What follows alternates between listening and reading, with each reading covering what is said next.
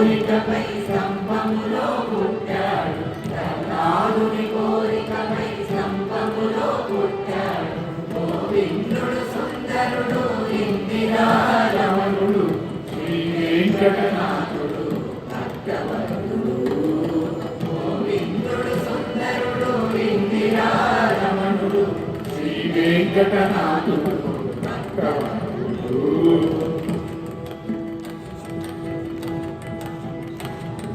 మూడడుగులు పొందగోరి వామనుడై ఒదిగాడు, మూడడుగులు పొందగోరి వామనుడై ఒదిగాడు.